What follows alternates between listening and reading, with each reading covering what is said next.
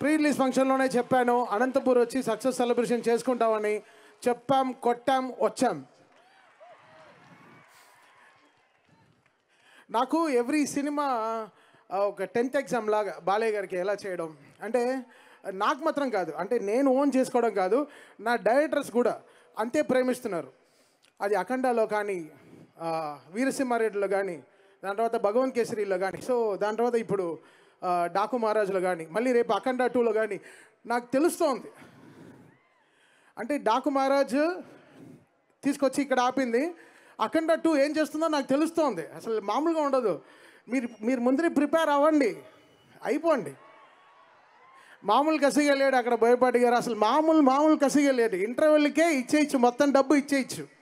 అంటే second half మనం మనకి ఇంకా అడిషనల్ ఇదన్నమాట. సో ఇప్పటి నుంచే ప్రిపేర్ అవుతున్నాం, ఎలా ఆ సినిమాకి ఎలా అంటే చదువుకుంటున్నాం ఇప్పుడే. ఆ 10th ఎగ్జామ్ ఎలా చేయాలని, అది ఇంకో 10th ఎగ్జామ్, మేబీ 12th అవ్వచ్చేమో.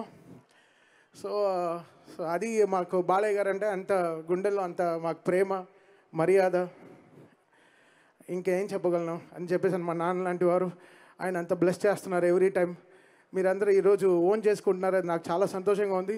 సిగ్గుతో నవ్వలేకుండా చచ్చిపోతున్నాను, నోరంతా నొప్పిగా ఉంది. నిన్న భువనేశ్వరి గారు కూడా అనేసారు, అసలు నాకు నిజంగా అసలు ఇంకా అన్ని హుడ్డీలే వేసుకోలేమో, తల కూడా దాచుకునే హుడ్డీలు కూడా వేసుకోలేమో. బికాస్ ఇంకా ఎంత జాగ్రత్తగా పనిచేయాలని చూస్తాను. Always it will be that super best. నేను మా టీంకి అంటే బాలయ్య గారు చూస్తే ఆ ఎనర్జీ వచ్చేస్తాం. అది ఎక్కడి నుంచి ఆ శివుడు పంపిస్తున్నాడో ఏంటో నాకు తెలీదు. ఇట్స్ కమింగ్, ఆ ఎనర్జీ ఆటోమేటిక్గా దిగుతోంది. అది ఇట్స్ కమింగ్. అది స్పీకర్లు పేలుతున్నాయి, పేలుతున్నాయి, అది నాకు అర్థం కావట్లేదు. సో అది కూడా జరుగుతుంది. ఈరోజు ఆ క్యూట్గా వాడు కూడా స్పీకర్, చాలు బ్రో ఇంకేం పేలదు, పట్టుకోవద్దు, నువ్వు ఏం పడదు. పాపం 1 అవర్గా ఆ స్పీకర్ పట్టుకునే నుంచున్నాడు, పడదులే, చూడు ఇంకా పట్టుకుంటున్నాడు, వదిలేరా రే.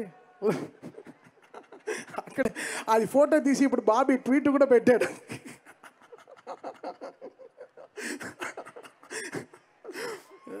శ్రేయస్ మీడియా దీనికి కూడా ఒక మనిషిని తీసుకొచ్చారా మీరు హైదరాబాద్ నుంచి? Hats off brother. ఓ స్పీకర్ పట్టుకోవడానికి కూడా ఒక మనిషిని తెచ్చారు, చాలా థ్యాంక్ యూ. అంత నమ్మకం మన పైన డెఫినెట్గా పడతాయి. సో ఇప్పుడు ఈ మనిషి వెనకాల ఒక మ్యూజికల్ జర్నీ కూడా ఉంది. ఏ పాట అయినా తనకి విజిల్లో రాపోతే ఆ పాట ట్యూన్ ఓకే చేయడు, తను విజిల్లో పాడుకోవాలి. అది ఏ పాట అయినా సరే అది విజిల్లో పాడుకుని వెళ్తాడు. ఆ విజిల్లో అతను పాడాడంటే ఆహో డైరెక్టర్ ఓకే చెప్పేశాడు. ఇప్పుడు ఆ డైరెక్టర్ బాబీని పైనకి పిలుస్తున్నాను, బాబీ పైకి రా, చిన్ని సాంగ్ విజిల్లో వాయిస్తానన్నా అని నన్ను 1 మంత్గా నన్ను చంపేస్తున్నాడు. రా ఒకసారి, నేను పియానో వాయిస్తా, నువ్వు విజిల్లో పాడు చిన్ని సాంగ్. నువ్వేమో చెప్పమన్నావు అన్నీ చెప్పేశాను. ఎంత అన్యాయం అంటే నీ స్క్రిప్ట్ని ఫాలో అయినా లేదా? హ్యాపీయా? నేను రాయల్ స్క్రిప్ట్ని ఫాలో అవుతున్నావు, అదే చాలా ప్రమాదంగా. బాబీ ఎక్కడైనా షూటింగ్ హీరో గారు లేకపోతే లేదు స్కెడ్యూల్లో, బాబీ గారు హీరో అనుకుంటారు ఆ లొకేషన్లో. హీరో గారు ఏంటి ఇంత, ఆయనే డైరెక్షన్ చేస్తున్నాడు, ఆయనే యాక్ట్ చేస్తున్నాడు, అతనే కెమెరా పెడుతున్నాడు. నీ గ్లామర్ ఎట్లా ఉంటుంది? నీ గ్లామర్ కోసం చెప్తున్నాను. ఓకే పోదు అంటే మీరు చెప్పారు కదా, బాలయ్య గారు చెప్పారు కదా, బాలయ్య గారే అప్రూవ్ చేశారు. ఆయన ఇప్పుడు అనౌన్స్ చేస్తున్నారంట సినిమా.